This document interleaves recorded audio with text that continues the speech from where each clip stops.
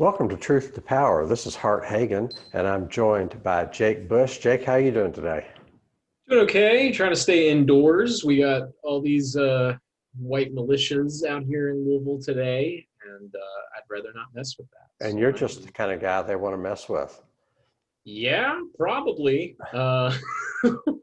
I suppose I would be a target, such as they probably don't have coherent targets. I don't think they're coherent on anything, but yeah, Right. I'm trying to avoid that. I was at a peace protest one time, and somebody, we were protesting the possible Iran war, and somebody came away and called and yelled out sissies, except they didn't use the word sissy. They used a stronger word that starts with a P. And Yeah, it's like, if you're not for all this militarism, if you're not for shooting people, then you're effeminate, right. It's like, oh, give me a break. Just packing all sorts of pathologies into one short Yeah. sentence so we know where you stand. Got it. And it's like your manhood is measured by your ability to withstand being blown up by a bomb. Or That's somebody that's else the doing it because you that's know the that measure guy's of not going to do manhood. it. Right, Yeah, right. that guy's not going to do it, but he And wants and other people to. bravery is when you're piloting a drone from 5,000 miles away. In your You know, pajamas. yeah. Yeah. Bravery is when I heard a Marine commander one time quoted as saying, "If you find yourself in a fair fight, you haven't prepared enough." Yeah. And for the longest time, that was inspiring. But then you look at the reality. If you find yourself in a fair fight, you're not enjoying full spectrum dominance. Hmm. Full spectrum dominant. We're going to dominate the air, the land, the sea, the space, and cyberspace. So, okay, we're Been going to playing a get lot of going. strategy games, so if we go down this path, I'm gonna have to start taking notes for my strategy games. So Right. So we're going to get started on Black Panthers in just a minute, but I've had a problem with this thing of Space Force. So people, the Space Force, they don't even know what it is. But I was listening to something, I forget exactly what it was, but it made all kinds of sense. That said, there's at a certain level in space, there's all this space junk, and it's like the stuff is going like 17,000 miles an hour, and it doesn't have, it could be a bolt, and if it hits your vessel, you're done. hmm. uh, and, uh, and there was a serious emergency on a space shuttle flight. I think it was Sally Ride, famous female astronaut. A famous there was a near catastrophe on a space shuttle flight, and they determined that the window had been hit by a fleck of paint. A Ah, fleck of paint nearly sunk a manned spacecraft. And so if you have a space force and you have all this space-based weaponry, then you're going to fill that space up with a lot of junk real fast, and it already has too much junk. It already has dangerous amounts of junk in it. All that's just going to multiply if we do this Space Force thing.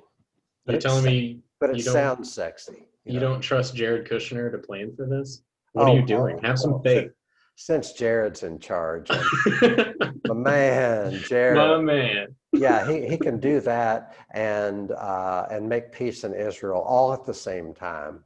Absolutely. I have all the faith in the world in our long, gross looking boy. He just looks like he's stretched out. Right. That's all the brain power. That's all that is. So what have we got with Black Panthers, Jake? So today we're going to be talking about the 10 beliefs of the Black Panther Party. This would have been from the original document drafted by, I believe, Newton and Seal. Is that correct? Sure. That Okay. sounds right. They're the founders of the Black Panther Party. I believe they were the primary drafters of this document. So we already covered on an earlier show the demands of the Black Panther Party, the 10 demands. But today we're going to be talking about the beliefs of the Black Panther Party. I really think this is a spectacular document, and we'll get into why.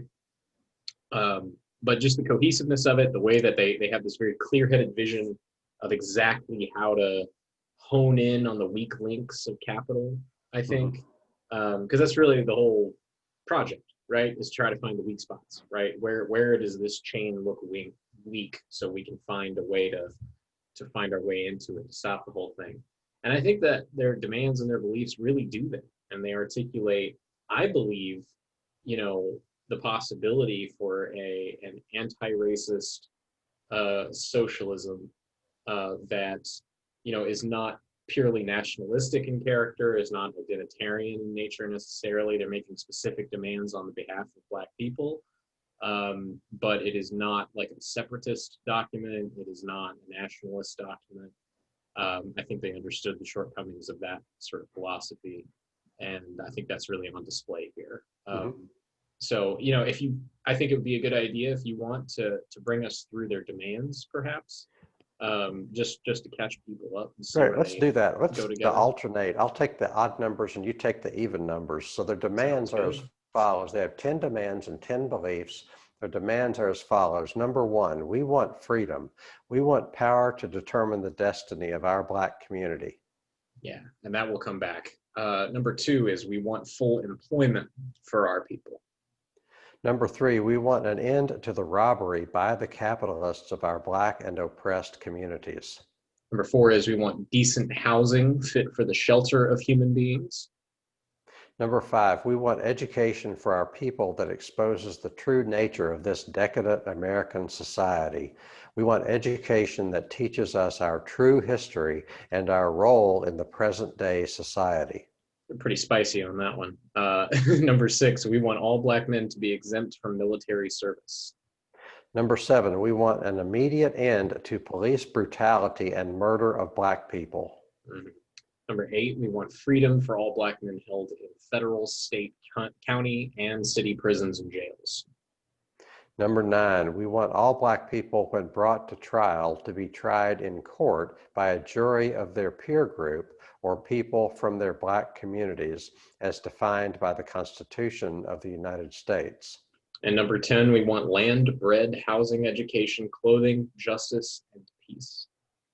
Awesome. Yeah. See, they want peace. That's not what I was told. I don't know about you, but that is not what I learned about the Black Panther Party. Well, you're supposed to believe that all these subversive elements are dangerous. Right. They're upsetting the public order, which, as we know, the public order is very good and just. Yeah. Right. Yeah. I think we can only get back to normal after COVID. We can only get back to normal.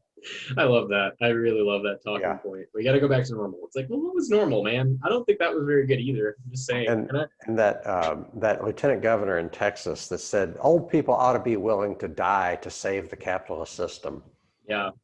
That just why not, man? Why even dying anyway? Why not? Well, anyway. But why even sugarcoat it? Just tell us what right. you really think. We'll all appreciate it. Right. Save us some time. Because this system is worth dying to save. 100%. I mean, whether you want to or not, he's going to decide for all of us whether this system is worth dying to save. Yeah. Well, God, somebody's got to buy another yacht. I don't know what to tell you. No, I was just going to say, I really like how they did this, where the demands and the beliefs work together so well, where I think they sort of assumed the argument and they assumed what people were going to say about these demands. So on these beliefs, they just bake in the explanations right then and there. So I don't know about you, but I kind of want to get into this. You ready to go? All right, good. Cool. So number one, 10 points of the Black Panther Party, what we believe. Number one, we believe that Black people will not be free until we are able to determine our own destiny. Mm-hmm. Yeah, and this gets back to the key point of the entire document, I think. What they're trying to do here is outline a case, and it shows that they really followed the teachings of people like Mao and Lenin, in that they really wanted self-determination more than anything. That's what all this is rooted in. Like, if you go beyond even sort of like the political theory and just distill down, what do you want? You know what I mean? I think that your answer would be self-determination, mm-hmm. and not having, this ruling class make the decisions for your community. And we see this all the time, when people talk about, and we're going to get to this, I don't mean to jump the gun, but, when people talk all the time about like, well, you'll always have to have some kind of police or always some kind of decision-making authority figure or something like that. And most people don't really argue with the broad concepts necessarily. They just are saying, okay, fine, but we want those to actually be accountable to us and Right. actually be there for the good of the community, which they are currently not. Yeah. And yeah, so I think that's just such a powerful way to lead off the document is by asserting this kind of base principle of self-determination for a community that's never had it. Yeah, this reminds me of the saying, and I don't know if it was Gramsci or another Italian like thinker who, or maybe somebody of African origin, but they said freedom is participation in power. Mm-hmm. You know, if you're not a participant in power, then you're not free, because power is being exercised. People are exercising power. And if you're not among those that are exercising power, then you're not free, because they can put you in chains. They can take away everything that you have if they have power and you don't. So he's saying we will not be free until we are able to determine our own destiny. I mean, show me, I like saying that, show me real democracy. Democracy is where you actually get a vote on what actually affects you. It's not about casting a ballot between two candidates that hardly differ from one another. It's not about a political agenda that does not give the people any power, including over their economic destiny, their workplace, etc. So freedom is the power to determine your own destiny. Yeah. And it looks like that quote actually, according to Google, that quote originates with Cicero. Okay. Okay. So it's quite an old one. Yeah, right. I think your boy Ralph Nader actually used that too, but I'm sure it's been repeated ad nauseum because it's a good distillation of what we're talking about here, and I think the core of what you and I talk about a lot, not just on the air, is just the principle of democracy in its very base form, like the very general form of democracy and people having the ability to make decisions in their lives, and actually work together for a common good instead of being forced into something that they have no consent of, or even in a lot of cases, knowledge of. And one way of manipulating people, one way that the powers that be exercise that force is through ideology.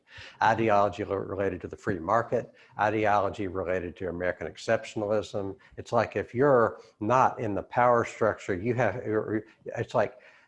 have to explain why you're not for this so-called free market. Everybody's indoctrinated in the free market. Everybody's indoctrinated in American exceptionalism. It's like where America goes around the world. The American empire, the military is the knight in shining armor going around the world, saving it from itself. So it's that ideology that takes so many issues off the table. So. And let's go to the next. Let's go to the next one. Number 2. Sure. You want to read number 2? Yeah, I'd be happy to. So number 2 is, we believe that the federal government is responsible and obligated to give every man employment or a guaranteed income. We believe if the white American businessmen will not give full employment, the means of production should be taken from the businessmen and placed in the community so that the people of the community can organize and employ all of its people and give a high standard of living. Now, of course, that was just, we want full employment for our people on the demands. And right here, they're explaining a little bit more detail about this. And so, this is a conversation people are having right now, right? Exactly. So there's the guaranteed income, and then there's the working people owning the means of production. And some people are talking about basic income, but not working people owning the means of production. Mm-hmm. Some people, like Richard Wolff, doesn't like basic income because he thinks that's a distraction from working people owning the means of production. Yeah, that's honestly kind of where I land. I get hesitant when I see sort of right-wing libertarians, even the sort of softer ones. A lot of the times when we say right-wing libertarians, we think of the 3%er. Like Joe Biden? Well, close enough, honestly. He's a lot closer to that than he is to me. But, a lot of the times when you see sort of right-wing libertarians talk about basic income, what they're trying to do is say, we're not going to change anything about this free market system. We're not going to change anything about where power is allocated. We're just going to let people participate in it a little bit more so that it keeps fluid cash going through the system, which maybe would be better than what we have now, but ultimately the contradictions of our system would still be there. And there would still be the profit incentive. There would still be, the hierarchical system we have. And ultimately, I don't think the base of society changes at all. Except now you just have a little bit more liquid cash floating around, which, again, probably not going to make the major changes. So, I do think it's interesting that they included the guaranteed income. It makes me think that's sort of a political feint. Do you think? Like, this is sort of like, well, if you're not going to do this, you're going to have to give us a guaranteed income, and we don't think you're going to do that. That's what it reads like to me. Yeah, good point. Yeah. Good strategy on their part, don't you think? Probably, yeah. I mean, I think that it's so funny reading this because these are all very radical demands. They're all very far outside the Overton window. But frankly, when you read them just plainly, it doesn't really read as all that absurd to me. Oh, But yeah. that might just be my Right. personal bias coming in.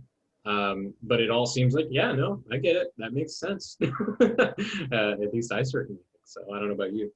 Oh, absolutely. So guaranteed income, I think, is a real good idea. Of course, the day, it alone, as far as it goes, I mean, how effective it would be depends entirely on the amount, and it's not something that should happen alone. I mean, if you do that without breaking up the monopolies, if you do that without having a serious wealth tax, then it's not going to do it. Then it's going to do some good, but it's not going to be a panacea. The stratification remains. Yeah. If everyone is $2,000 richer, then you've just bumped everything up just a little bit, and everything is still relatively the same. So yeah, no, I'm glad that they married it to a broader program, because that's what you have to do with something like guaranteed income. And then if the thing about working people owning the means of production is that that's practice in democracy. It's like, we don't know we've never seen democracy. We don't know what democracy looks like. We don't know what democracy feels like. On an average day, most people don't participate in democracy. But workers owning the means of production would be that individual participation in democracy. Why don't we go to the next one? I will say this first before we sure. do. That's really the selling point of like a democratic socialism, right? Like, I know that as a member of DSA, that's sort of our pitch to people, is like, we are fundamentally democratic. We believe in democracy. Why not democracy in the workplace? Because that's what it is. Clear and simple. Sorry, I just had to say that because I always want to put that out there. Like, it really is that simple to explain. But anyway, keep going. I don't mean to. Well, the propaganda machine that we've lived with for 100 years has done a great job of okay. Here, let me lead up to this. Here's a logical. I don't know if it's a syllogism, but it's a logical thing. Okay, God is love. Love is blind. Ray Charles is blind. Therefore, Ray Charles is God. Well, you could convince me. I've heard a Ray Charles song. It makes song. Perfect sense. So here's how that translates. Stalin was the leader of a country that called itself socialist. Stalin was a dictator. Therefore, socialism is authoritarian. Therefore, when Bernie Sanders talks about socialism, it's authoritarian. Therefore, Bernie Sanders equals Stalin. Yeah, that's much less convincing than the assertion that Stevie is God. That I would believe that a lot quicker than this. Right. Right. But anyway, you can take the next one. Okay. Number 3 of the beliefs of the Black Panthers. We believe that this racist government has robbed us, and now we are demanding the overdue debt of 40 acres and 2 mules. 40 acres and 2 mules was promised 100 years ago as redistribution for slave labor and mass murder of Black people. We will accept the payment in currency, which will be distributed to our many communities. The Germans are now aiding the Jews in Israel for genocide of the Jewish people. The Germans murdered 6 million Jews. The American racist has taken part in the slaughter of over 50 million black people. Therefore, we feel that this is a modest demand that we make. Yeah, so I get into these sort of, I try not to debate too many people, not because I think debate is useless or anything, because sometimes it has its uses, but most of the time when people want to debate you, they really just want to shout at you and win rather than learn anything.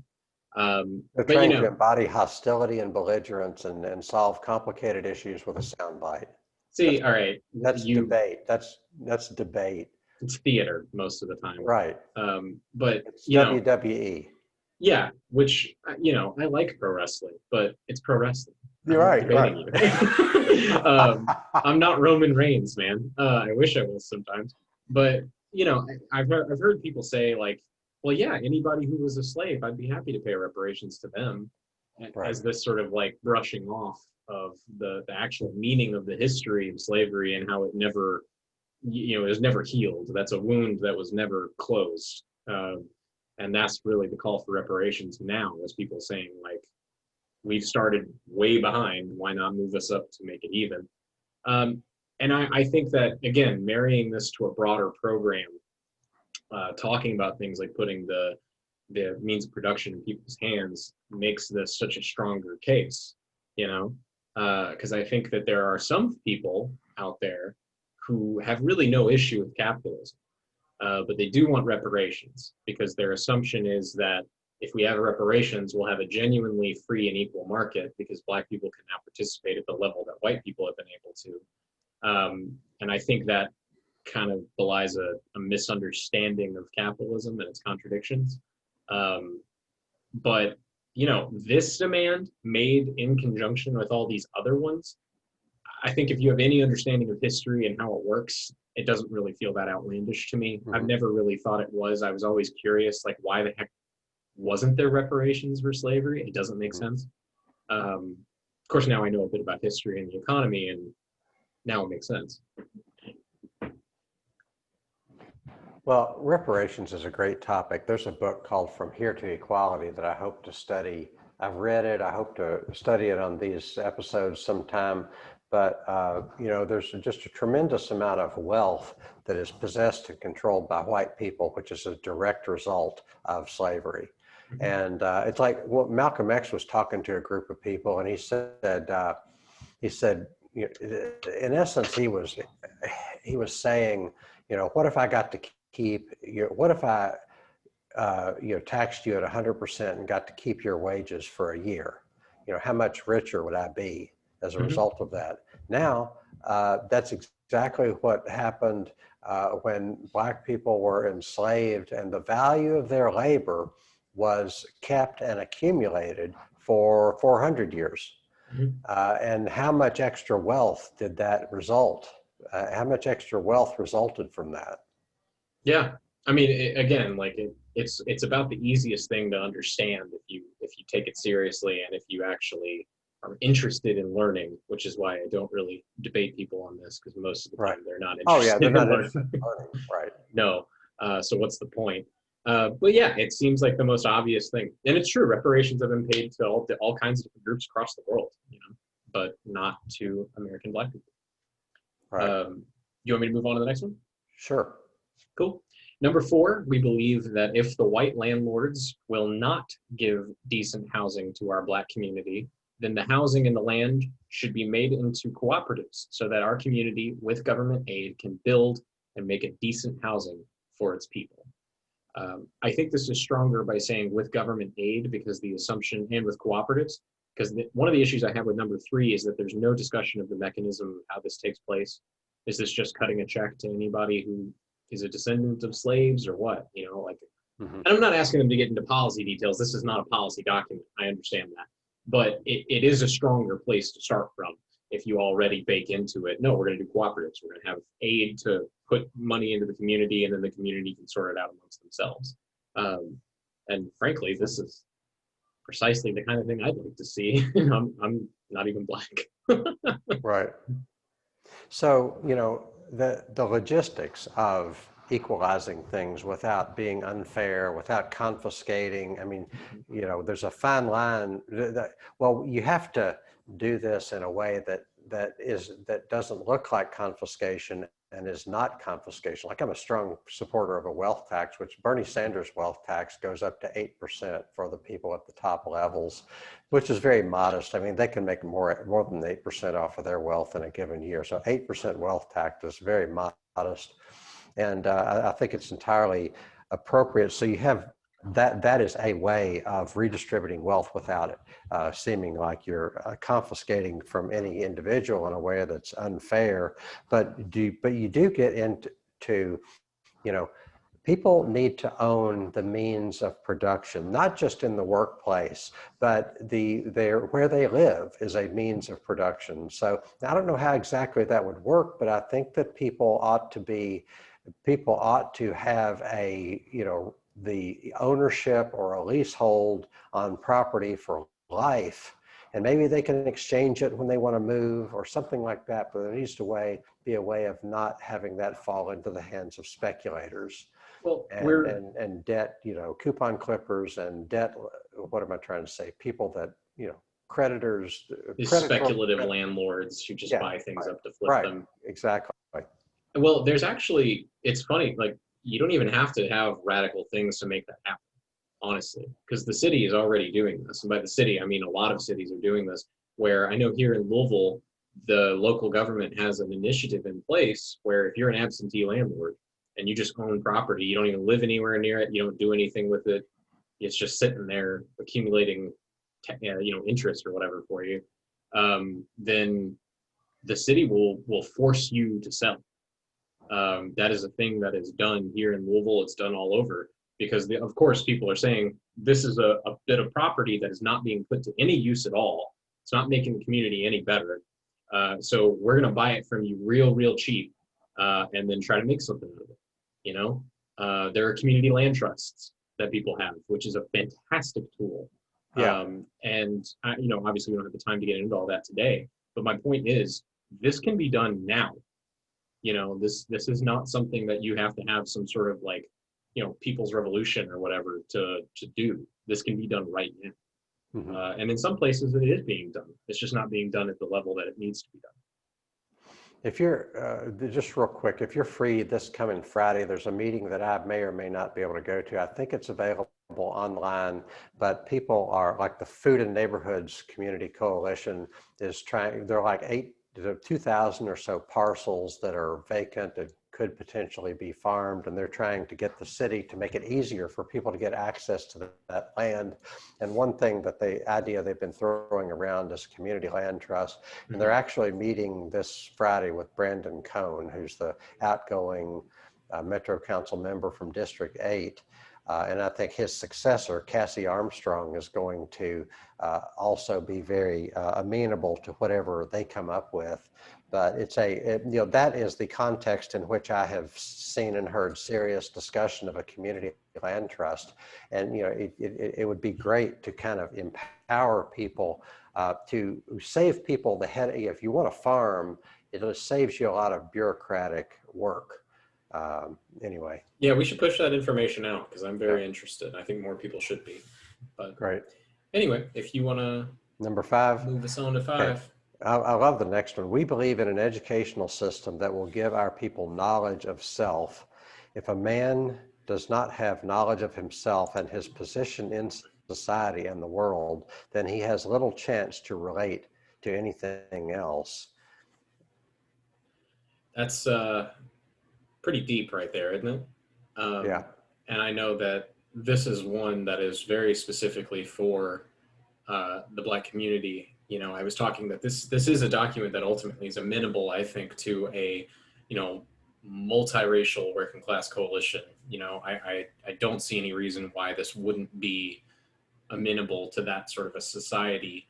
But this one in here is very powerful and I think very specific to the struggles of Black Americans who have just sort of been left adrift in this country without any sort of grasp on where they come from or who they really are outside of the knowledge that we are the descendants of slaves, which is in itself kind of traumatic, you know? Right. So go ahead. Well, I'm going to read into this what I think. To me, it just, okay, we're talking about education. To me, one of the most important elements of education is history, because, especially as a citizen, because if you're misled about what our history really means, I mean, if you think American history is a process whereby those with wealth and privilege gradually let others in to their wealth and privilege, but you know, the reality is that privileges and rights are only, they're taken, they're not given. Mm-hmm. Like Frederick Douglass said, um, um, something something about a demand. Power concedes nothing without a demand. It never has, and it never will.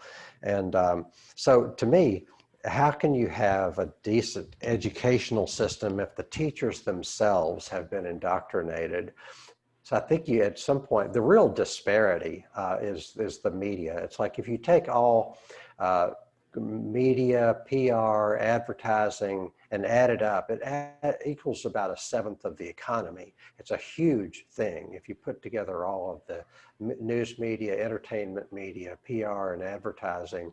And because it's sponsored commercially, it's always biased toward a pro-commercial view. You're not going to have the commercial system be critiqued within our system such as it is. So I think at some point you have to have at least the commercial media be, you need the competition of a publicly owned media. It's like NPR is a good idea, but it's been overtaken by commercial interests. Mm-hmm. If NPR were actually owned and controlled by the public, then it would be a great thing, and it would be able to call BS on the commercial messages that ignore the war machine and ignore how Wall Street really works and ignore systemic racism, ignore the prison industrial complex. You just don't hear about these things with any regularity, and people learn not that people don't learn what they hear once in a while. They learn what they hear regularly and with some repetition. There's just not enough repetition. It's not enough for people to hear about these things once in a while. Yeah, absolutely. And I think back to an older man who I know here in Louisville, who was you know, a freedom rider, and he was a labor leader and here in Louisville, and very active in his union. And he said that he was asked to teach at Bellarmine University about the labor movement, and they wanted him to teach like seniors, and he said, "No, I'd rather teach freshmen. I need to teach them when they first come in, because they're going to hear all this garbage, and I don't want to have to deprogram anybody to learn new things." And of course, they wouldn't let him do that. But point being,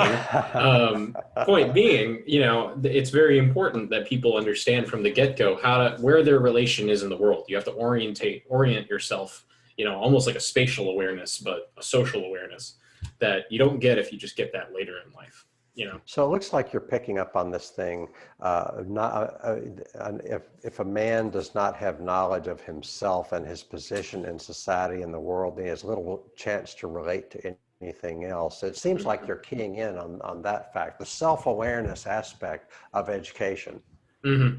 Yeah, because it's crucial. You can't build education shouldn't be about creating man-numbed robots. Right. That's not the purpose of education. Right. This is the building block for the rest of your life, your orientation for the rest of your life. So, yeah. But I guess I'll move on to number 6. Sure. So number 6, we believe that Black people should not be forced to fight in the military service to defend a racist government that does not protect us. We will not fight and kill other people of color in the world who, like Black people, are being victimized by the white racist government of America. We will protect ourselves from the force and violence of the racist police and the racist military by whatever means necessary. In other words, as Muhammad Ali said, I ain't got no quarrel with no Viet Cong. Exactly. I just love that. We've talked about him before, but he was a fighter. He actually gave up his title for like 3 years. Gave up his title, gave up in the the right prime to of fight. his career. Ain't got no quarrel with no Viet Cong. Yeah. I don't see how he had the courage to do that, but he did. He could have been given this cushy job. He wouldn't have had to face combat. He would have been kept out of harm's way. But he gave up his title. I ain't got no quarrel with no Viet Cong. Yeah. And this is what people mean by international solidarity. You know, this is a very key component of the Panthers too. You saw Huey Newton travel to Palestine, for example, you know, to show solidarity and demonstrate the understanding that, you know, struggles are shared. You know, if we have a shared enemy, then we have to understand and contextualize our struggle together. And that, I mean, it's the only way to even understand the world, much less do anything about it. And so, again, this just feels like something that I would have a very hard time disputing, you know, if you have any understanding, especially when this was written in the 1960s, you know, I don't see how it's controversial, you know, that a Black person would look around the United States in the 1960s and say, what exactly am I fighting for here? What am I protecting?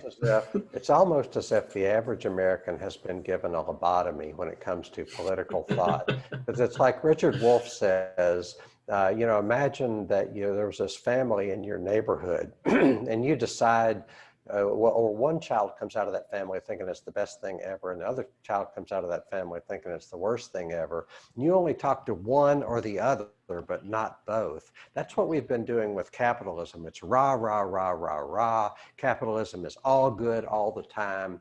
And I heard somebody recently say that when you start hearing the word capitalism a lot, then capitalism is in trouble. If it's not assumed, then right, you might have some issues. It's natural, it's the air we breathe, you know? Right. Yeah, absolutely. And so did I get us way off track, way off topic? No, not at all, because you know, I think that's a key component of this, is this understanding that, you know, this is disputing that there's only one way, you know, and these are working class Black people too, and a lot of working class Black people, or working class non-white people generally in this country, have found upward mobility through the military. And so it's really bold, you know, to push back against the assumed narrative that if I go to the military, I can go to college and I can make something out of my family and raise my family up. And they're saying, no, that's not the path that we're going to take. You know, we're not going to assimilate by any means. And I think that's a really powerful statement, but again, not one that I can really see as terribly controversial. You know, yeah, I mean, it is. Once you think about it, this stuff is not too controversial, or shouldn't be. No, I certainly don't think so. But it's subversive. So the establishment wants you to think that all this is subversive. Well, yeah, it's subverting your sorry ass if you're in the if you've got more money and power than you can use responsibly, and you're just wanting more and more and more. Yeah, your sorry ass needs to be subverted. Yeah. That's my political statement. Well, I'm not going to dispute it. Well, I don't really have anything else to say. You can take on to number 7 if you'd like. I think you nailed that one. All right. We believe we can end police. I love this because this is like community supervision of police. We believe we can end police brutality in our Black community by organizing Black self-defense groups that are dedicated to defending our Black community from racist police oppression and brutality. The Second Amendment of the Constitution gives us the right to bear arms. We therefore believe that all Black people should arm themselves for self-defense. And if you look at the assassination of Fred Hampton, there were like 50 shots fired. All but one of them was the police firing at the Black Panthers. There was one shot fired that was by the Black Panther and not by the police, and that was probably an involuntary, it was like a death gasp. The guy just kind of pulled the trigger as he was dying. Fired up into the ceiling. Right. Yeah, and this is one that cuts to the core of police abolition, I think. I actually had a very long discussion with a friend of mine who's, you know, sort of somewhat apolitical. He and I agree on a lot of things. He's like got this real hard anti-authoritarian streak that I don't always gel with necessarily, but good friend of mine, good dude, good values. And we broke it down, and he was basically saying, hey, I get it. Look, if we have a plan in place to keep the community safe, policing, right? If that ain't keeping your community safe, why not do something else? You know, and if the issue is that they're not accountable to the community, then let the community do it. And it's the thread of a good idea. You know, it'd be easy enough to take one subsection of our town and say, okay, let's try community policing. Louisville police, stay the hell out. We don't need your sorry ass. I'm saying that too much. I'm wearing that one out. I need to give that a rest. But but it's like, let's take a few blocks, or let's take a neighborhood and say, okay, the Louisville Police Department is only going to come in when invited by the community policing supervisory council. It's like in Britain, they only bring in armed force on a case-by-case basis that is specifically requested and approved by a judge. Right. You don't need people patrolling with guns. And it's like, I was thinking, like that song you sent me, it's like, why are cops able to shoot people running away? Real quick. Why are they able to do that? Which song was that now? Was that the Vigil by Zeal and Ardor, I believe it was? Yes, exactly. Okay, I want to make sure the people at home know what we're talking about too. Right. Fantastic song. But yeah, exactly. And honestly, when we look back, people assume that from the get-go, the point was we're going to get guns and shoot the cops. No. That was never the intention from the get-go. As a matter of fact, the Black Panthers from the beginning had guns to patrol to make sure the police weren't just indiscriminately shooting black people. That is true. But they honestly, from what I understand, which is only a layman's understanding, fair enough, if I'm wrong, fair. But my understanding was always that from the beginning, they were essentially saying, please leave this alone. We don't need you in our neighborhood. We'll take it from here, right? Please just peacefully. Person in a neighborhood. Yeah, exactly. And that was their whole plan, was saying, peacefully asking, please, we'll take it from here, right? It was never a case of people just handing out guns to the community and saying, we're going to get the police. Like, no, it was saying, this isn't working, let's try something else. Which again, does not seem that absurd to me. I don't think that's absurd at all, because it comes back to this self-determination of saying you're enforcing an order upon us that we had no knowledge of, no consent to. So why don't we take it from here? But anyway, you want me to move on to 8? Sure, yeah, please. Cool. So this one is, we believe that all black people should be released from the many jails and prisons because they have not received a fair and impartial trial. Now, this is one that I find to be definitely controversial. Some people would say, well, what if they're serial rapists, child molester? They always use that sort of like far extreme example of something to deconstruct the entire argument, which I don't think is fair. But I do think in a purely legalistic way, if you want to get pedantic about it, I do think there's a lot of basis for this, especially if we look back. We mentioned Fred Hampton a lot. When you look back, those trials were not fair. They were not impartial. Juries are selected. Right. Juries are intentionally selected. Right. They move trials to a neighboring county for safety. But really what they're doing is they're moving it to a wider county to make sure that their jury is not of the peer of the defendant, right? Which is supposed to be a protected right of a defendant, is to have their peers give them a fair and impartial trial. And I think that if that is your argument, that none of these trials could be considered fair or impartial, I frankly think that you have a lot of legs to stand on.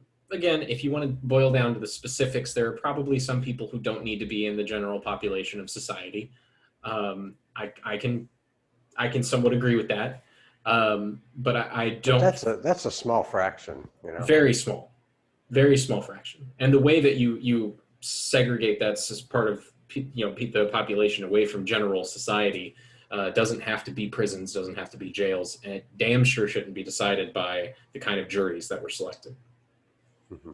That's my piece. Right. Well, at some point we're going to study The New Jim Crow by Michelle Alexander, and it's just overwhelming evidence that our criminal justice system has nothing to do with protecting people. It has little to do with justice. But the specific point about not getting a fair and impartial trial, something on the order of 96% of criminal defendants don't get a trial.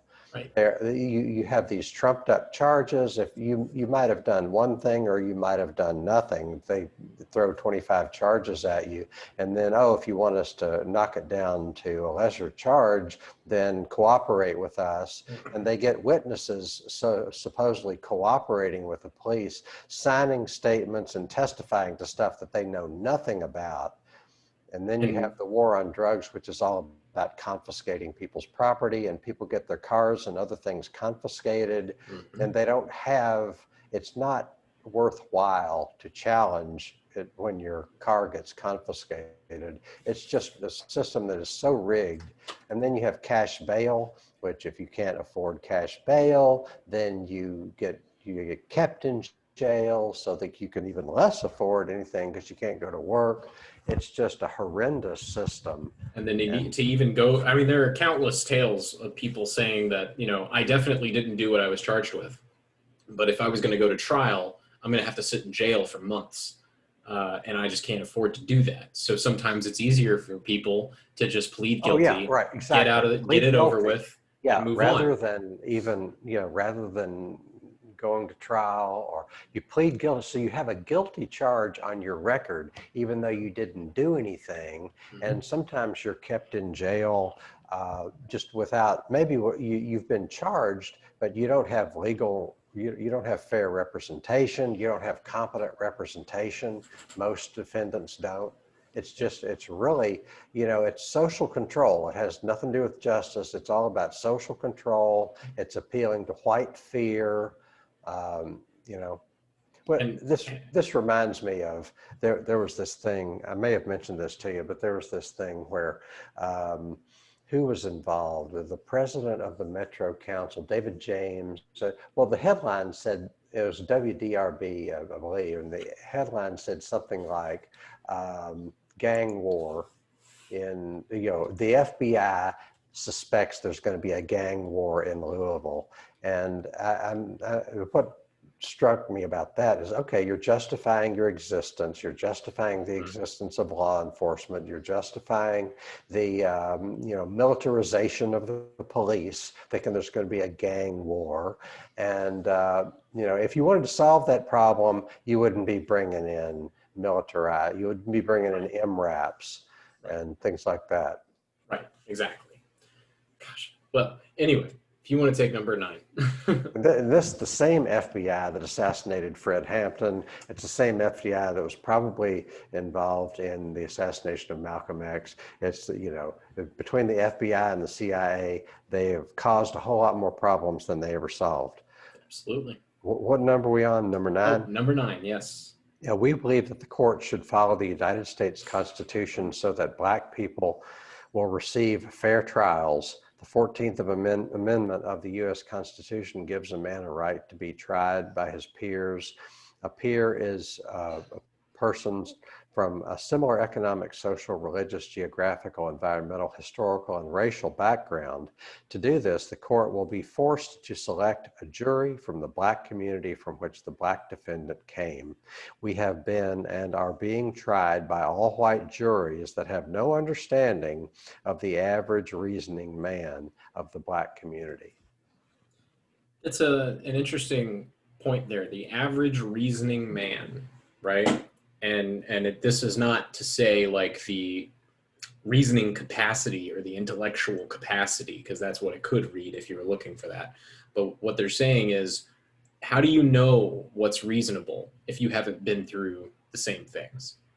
How do you understand the mentality of a defendant? How do you put yourself in their shoes?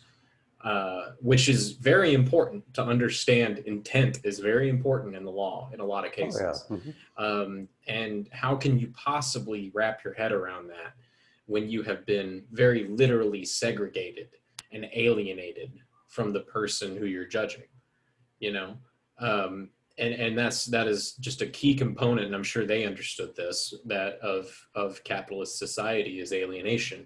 That's the one of the things that keeps popping up all over the place in sort of classic Marxist literature, whether you're talking about the economy, whether you're talking about our social structures, anything, is this idea of alienation, that we're completely cut off from one another, not just geographically, but our ability to even understand one another.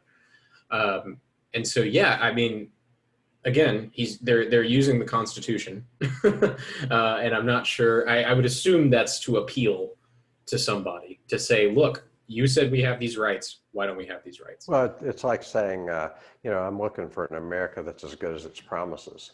Mm-hmm. There's a huge difference between the rhetoric and the reality, and not Mm-hmm. least of all in our constitutional rights. We don't really have a right against unwarranted search and seizure under the Fourth Amendment. We don't really have a right, especially if you're black, but we don't really have a right to a fair trial under the Eighth Amendment. We don't really have a right to free speech. If you look at it, you can be, the Espionage Act, Obama starts charging people under the Espionage Act. I mean, if you think we have a right to free speech, I'm asking why is Julian Assange in jail, partly at the behest of the Democrats? Why did the Obama administration torture Chelsea Manning if people have a right to free speech? Just saying, it's just a question. Yeah, and I don't think that any of this comes from naivete. I don't think you could ever accuse Bobby Seale and Huey Newton of being naive about the United States. So I don't think they're saying, well, gosh, this is guaranteed. I just can't figure out why I'm not getting it. I think they understood quite well. But I think what they're trying to do here is heighten the contradictions, Mhm. right? What Right. they're doing is trying to elevate these contradictions to a point that are so visible that you can't deny them, so that we can poke it apart and say these legalistic terms that we're supposedly operating off of are not what we're operating off of at all. That's just dressing for the real root of power, which is not the law, right? And so I think that's where it comes from, all this talk of the Constitution and these promises that were unkept. And I do think that's a pretty decent way to go about organizing your document. But Right.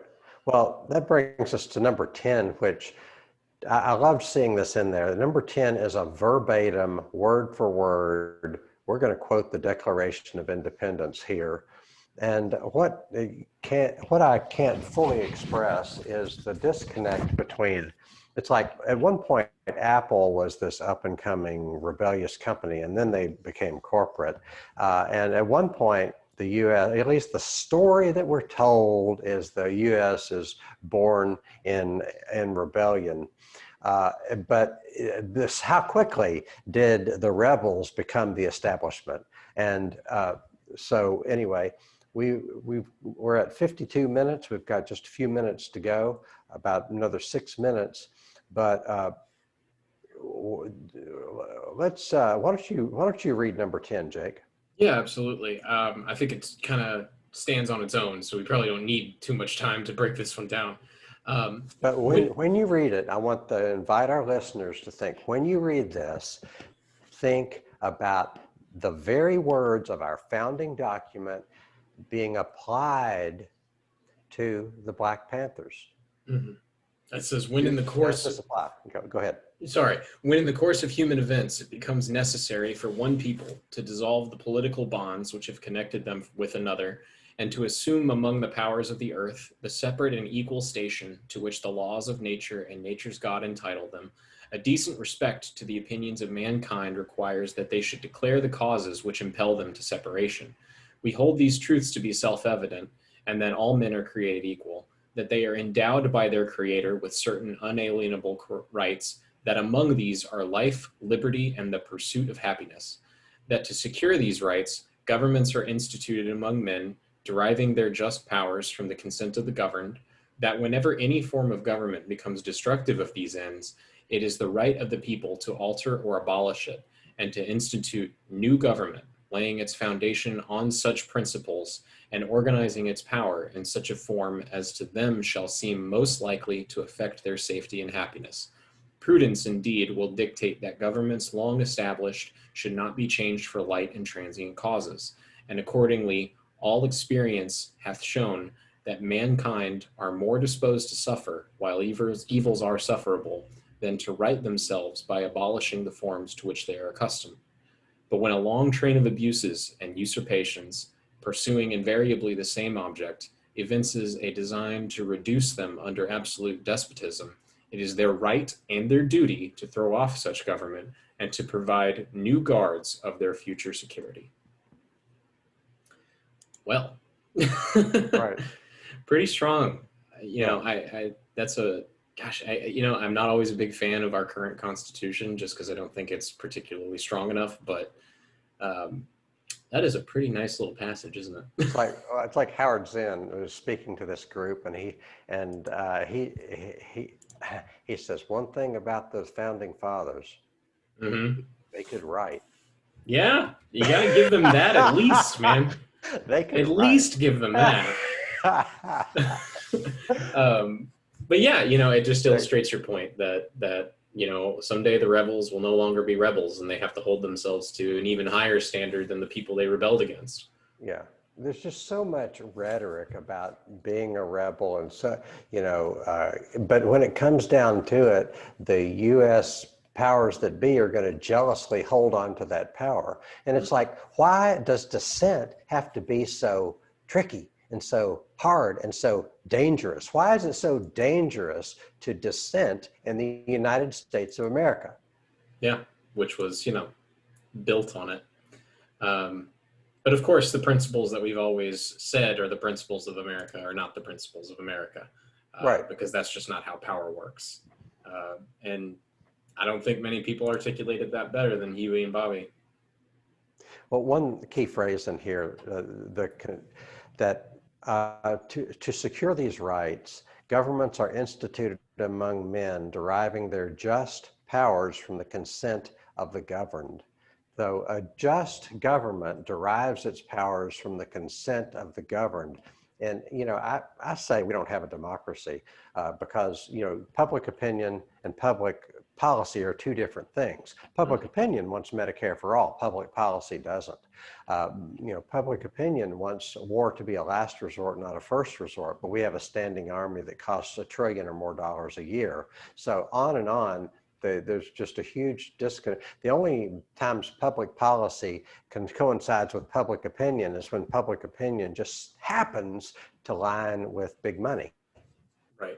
Yeah. I mean, you saw that as soon as people saw that they could make some profit off of gay marriage, then all of a sudden that they changed that policy real quick, didn't they? But yeah, you know, that I don't even really have too much to say because again, I feel like that particular bit there should stand on its own. You know, it should make the most sense in the world. And again, I think this is a point of them heightening the contradiction of saying, here's what we're taught, here's what it's like. And you need to be able to distinguish between the two and recognize the contradiction before you can do anything about it, you know? So yeah, you know, I love this document. I love reading this because I think that, you know, sometimes it's easy to get away in this day and age from the idea of having these big goals, grasping for something big. And I think that it's incredible when you see it articulated that way, that it feels so obvious, you know. That's a great place to end it. Thank you, Jake, so much for joining us today.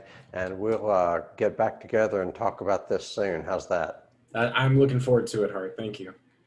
Thank you.